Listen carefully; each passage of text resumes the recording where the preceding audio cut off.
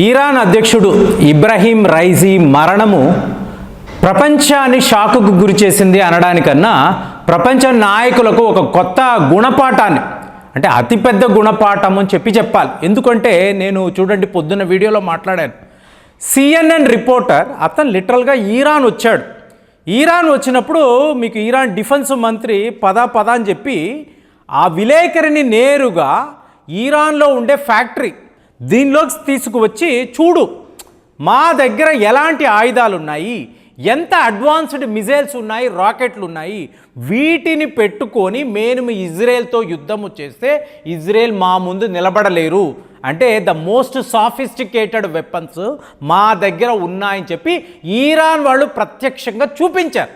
కానీ ఇక్కడ గమనించాల్సిన విషయం ఏంటి, ఇరాన్ దగ్గర లేని మోడర్న్ ఫైటర్ జెట్లు, ఫైటర్ హెలికాప్టర్స్ ఉంటే, అడ్వాన్స్డ్ హెలికాప్టర్స్ ఉంటే మీకు ఇబ్రహీం రైజీ ఇలా మరణించేవాడు కాదు కదా. మీకు ఎప్పుడో పాతకాలపు హెలికాప్టర్ని పెట్టుకొని అందులో వాళ్ళ అధ్యక్షుడిని కూర్చోబెట్టుకొని వీళ్ళు అడవుల్లోకి వెళ్ళారు. అక్కడ హెలికాప్టర్ క్రాష్ అయింది, కుప్ప కూలింది, మీకు ముక్కలుగా విరిగి పడింది. అందులో ఇబ్రహీం రైజీ మరణించారు. సో ఇది ఎంత పెద్ద గుణపాఠం అంటే మీ దగ్గర ఉండే ఫైర్ పవర్ ఏమిటి చూడండి. ఇండియన్ ఎయిర్ ఫోర్స్ యొక్క చీఫ్ బదురియా అంటారు, ఇతన్ని chief of the air staff అని కూడా అంటారు. సో ఈయనని మీకు విలేకరులు అడిగారు, ఏమండి ఇంత అడ్వాన్స్డ్ వెపన్స్ ఉండే ఒక దేశము ఒక మంచి హెలికాప్టర్ను పెట్టుకోలేకపోయారు, దీని వలన జరిగిన నష్టము ఇవాళ యావత్ మిడిల్ ఈస్ట్ కూడా ఒక అతిపెద్ద షాక్లో ఉంది. ఇస్లాం మతాన్ని కాపాడే ఒక గొప్ప నాయకుడు ఇవాళ మన మధ్య లేకుండా పోయాడు. ఇంకా భారత్లో అయితే ఇవాళ మన జాతీయ జెండానంతా కూడా దించివేశారు. మీకు పాకిస్తాన్లోని ఇదే పరిస్థితే, భారత్లో కూడా గవర్నమెంట్ ఆఫీసుల్లో మీకు జెండాలంతా సకానికి సకమే మీకు అక్కడ వీళ్ళు ఉంచడం జరిగింది. అంటే మనము కూడా అంతలాగా రెస్పెక్ట్ చేస్తున్నాము మీకు ఇబ్రహీం రైజీని.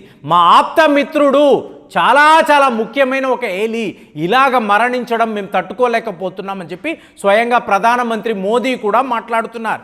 మరి ఏం జరిగింది అంటే, మీ దగ్గర అతి ముఖ్యమైన ఫైటర్ జెట్లు, అలాగే ఫైటర్ హెలికాప్టర్లు, ఇవి చాలా సాఫిస్టికేటెడ్గా ఉండాలి, మంచి కండిషన్లో ఉండాలి.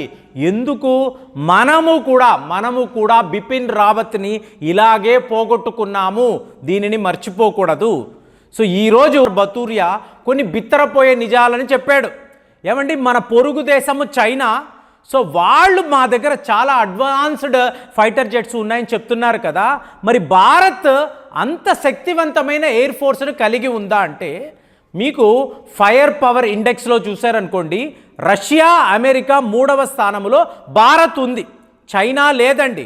కానీ చైనా వాడేం మాట్లాడుతున్నాడు, మా దగ్గర J-20 లాంటి అతి శక్తివంతమైన 5th జనరేషన్ ఫైటర్ జెట్స్ ఉన్నాయి, దీని ముందు అమెరికా వాళ్ళ F-35 అనబడే స్టెల్త్ విమానము, అలాగే రష్యా వాళ్ళ సుఖాయ్ 57 విమానాలు కూడా నిలబడలేవు.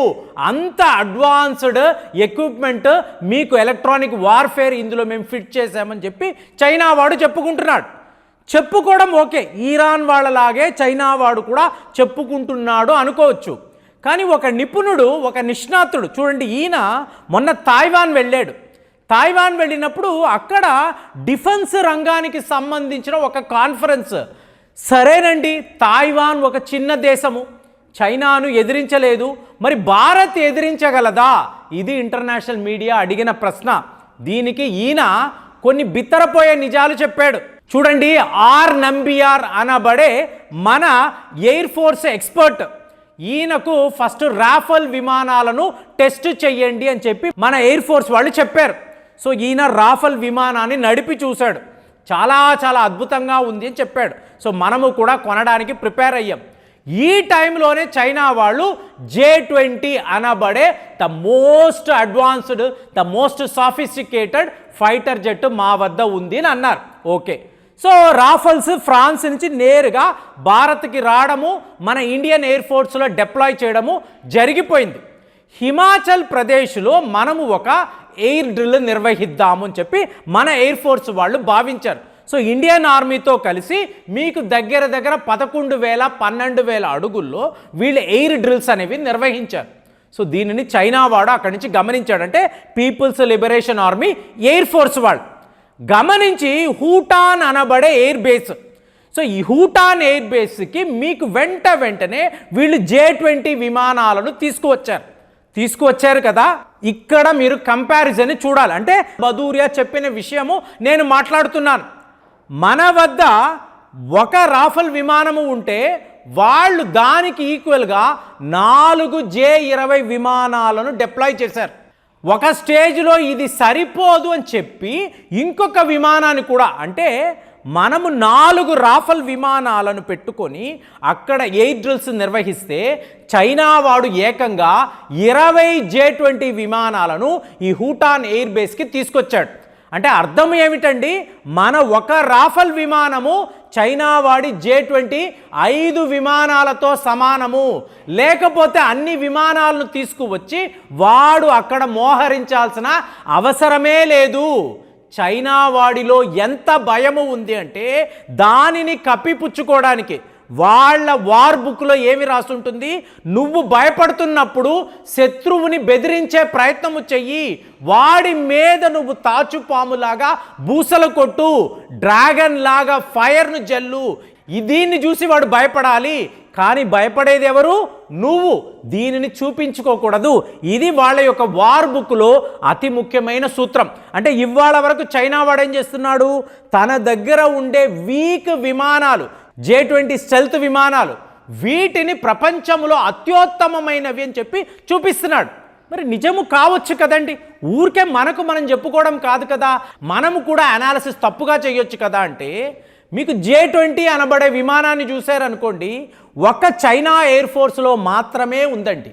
అదే రాఫెల్ విమానాలు, మన దగ్గర ఉండే రాఫెల్ విమానాలు 4.5 జనరేషన్, మాది 5th జనరేషన్ అంటాడు. అందులో వాడే ఇంజిన్స్ 3rd జనరేషన్ విమానం యొక్క ఇంజిన్లు. అంటే మన దగ్గర ఉండే పాత సుఖాయ్ విమానాల ఇంజిన్లే వాడు J-20లో కూడా ఫిట్ చేశాడని చెప్పి మీకు రాజేష్ కుమార్ బదూరియా గారు చెప్పారు. అంటే ఈ నిజాలను మీరు కంపేర్ చేశారు అనుకోండి, భారత్ దగ్గర ఒకే ఒక రాఫెల్ ఉంటే వాడు 5 J-20 విమానాలను పెట్టుకొని సిద్ధముగా ఉండాలి.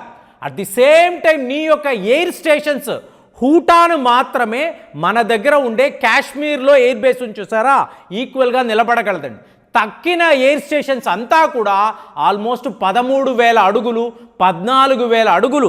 అంటే మీకు కోల్డ్ స్టార్ట్ అనబడే ఒక చాలా ముఖ్యమైన మెకానిజం రాఫెల్ యుద్ధ విమానాల్లో ఉంటుంది. -20 డిగ్రీల్లో కూడా మీరు రాఫెల్ విమానం యొక్క ఇంజిన్ని ఆన్ చేస్తే అది మీకు స్టార్ట్ అవుతుంది.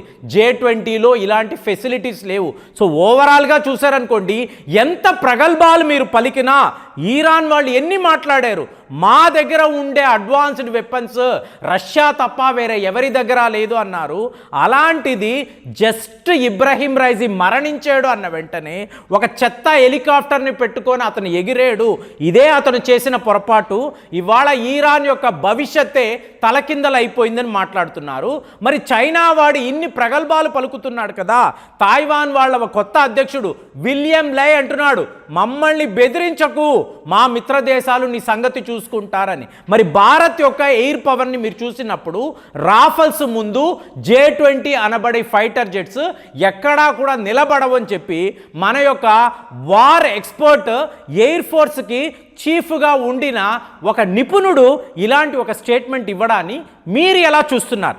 రాఫెల్ విమానాలు మన దగ్గర ఉండడంతో దీనిని చూసి చైనా వాడు 5 రెట్లు భయపడుతున్నాడని చెప్పి ఆయన చెప్తున్నారు. దీనిని మీరు నిజము అంటున్నారా, అబద్ధము అంటున్నారా? ఈయన ఇచ్చిన అనాలిసిస్ కరెక్ట్ అంటారా, తప్పంటారా? కామెంట్స్లో రాయండి. మళ్ళీ వచ్చే వీడియోలో కలుద్దాం. జై హింద్.